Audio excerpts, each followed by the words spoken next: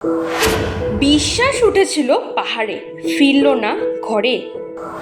পথ ছিল পবিত্র, শেষটা হলো নির্মল। প্রার্থনার মাঝেই থেমে গেল স্পন্দন। সময়ের বিরুদ্ধে লড়াই, যন্ত্রের কাছে পরাজয়। পাহাড়ের বুকে চিরে উঠেছে বিশ্বাসের পথ, সেই পথে পা রেখেছিলেন সঞ্জয় লোধা। কিন্তু ভক্তির যাত্রা শেষ হলো জীবনের শেষ প্রান্তে। 15 ফেব্রুয়ারি দুপুর 2:20 তীর্থ প্রাঙ্গণে আচমকায় অসুস্থ হয়ে পড়েন তিনি। মুহূর্তেই ছড়িয়ে পড়ে উৎকণ্ঠা, শুরু হয় সময়ের সঙ্গে লড়াই। একটি বিকল চাকা, একটি নিভে যাওয়া জীবন।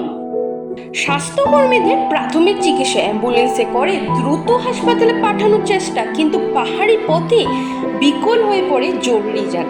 থেমে যায় গতি, বাড়ে আশঙ্কা।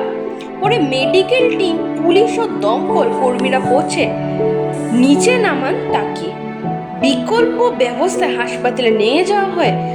প্রার্থনা চলছিল, অপেক্ষাও চলছিল, তবে সব প্রচেষ্টা ব্যর্থ করে 16 ফেব্রুয়ারি রাত 1:20 শেষ নিঃশ্বাস ত্যাগ করে সঞ্জয় লোধা। শোকের ছাওয়া নেমে আসে রাঙ্গির ঘাড়ি জুড়ে। তীর্থের সিঁড়ি পেরোলেন, ফেরার সিঁড়ি পেলেন না। বিশ্বাস অটুট ছিল, ভেঙে গেল ভরসা। পাহাড় সাক্ষী এক অসমাপ্ত যাত্রার। 16 ফেব্রুয়ারি রাত 1:10 শেষ নিঃশ্বাস ত্যাগ করেন সঞ্জয় লোধা।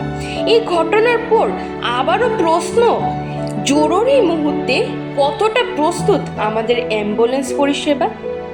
যান্ত্রিক ব্যর্থ কি কেড়ে নিয়েছে মূল্যবান সময়, আর কখনো কখনো একটি জীবন। শেষ পর্যন্ত পৌঁছলেন হাসপাতালে, পৌঁছলো না সময়। একটি প্রশ্ন রয়ে গেল, জরুরিতে কে ভরসা? বিশ্বাস মানুষকে পাহাড়ে তোলে, কিন্তু নিরাপত্তা সেটাই তাকে ঘরে ফিরিয়ে আনে। দিলবর বরভুইয়া রিপোর্ট, ভয়েস 365 বাংলা।